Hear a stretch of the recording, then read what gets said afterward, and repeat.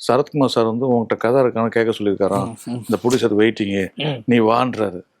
நான் என் காதலும் ஷெட்யூல் நடந்துட்டு இருக்கு, ஷூட்டிங் போயிட்டுருங்க அப்படின்னு வர முடியும், நான் கோ டைரக்டருங்க இந்த படத்துக்கு வர முடியாது, எப்போ தானே ஃப்ரீயாக இருப்பேன்.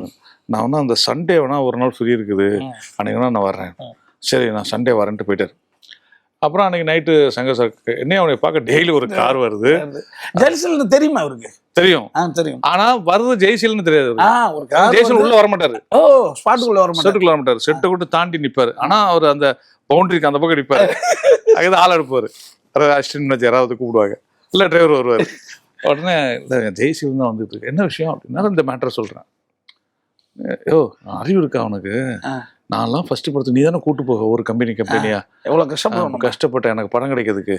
எத்தனை பேர் இந்த கதையை நமக்கு ரிஜெக்ட் பண்ணாங்க, கிடைச்சா குஞ்சுமன் சார் படம் எடுக்க போய் தான் படம் கிடைச்சது.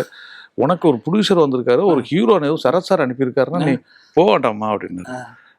சங்கர் நல்ல சம்பளம், ஒரு வருஷம் நிம்மதியாக வாழ்க்கை போயிட்டு இருக்கு, அப்புறம் நீங்க நல்லா கவனிச்சுக்கிறீங்க, எல்லா ஃப்ரீடம் கொடுக்குறீங்க, கதை நல்லா போயிட்டு இருக்கு, இன்னும் கொஞ்சம் நான் லேர்ன் பண்ணிக்கலாமே, இப்போ போயிட்டு நான் இது இந்த மாதிரி கம்ஃபர்ட் கத்துக்கிட்டே தான் இருக்கணும். ஆமா, கம்ஃபர்ட்டுக்குள்ள போற நீ கம்ஃபர்ட் ஜோன்ல போகாத.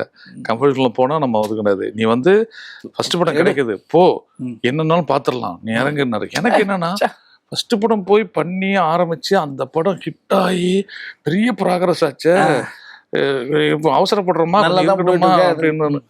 ஆனா இவரு சங்கர் சார் இல்ல நீ போ அப்படின்றாரு. உடனே என்ன பண்ணிட்டேன், அந்த டீம் இருக்கு இல்லையா, ஒவ்வொருத்தரையும் தனித்தனியா போய் கேட்கறது நம்ம பசங்கிட்ட. அது எப்படி நான் என்ன நினைக்கிறேன், இந்த மாதிரி போயிரு டேரக்டர் சொல்லிட்டே சொல்லியா, இல்ல டேரக்டர் சொல்லிட்டு தான் போவேன், நீங்க என்ன நினைக்கிறீங்க, எல்லாம் போங்கன்றாங்க.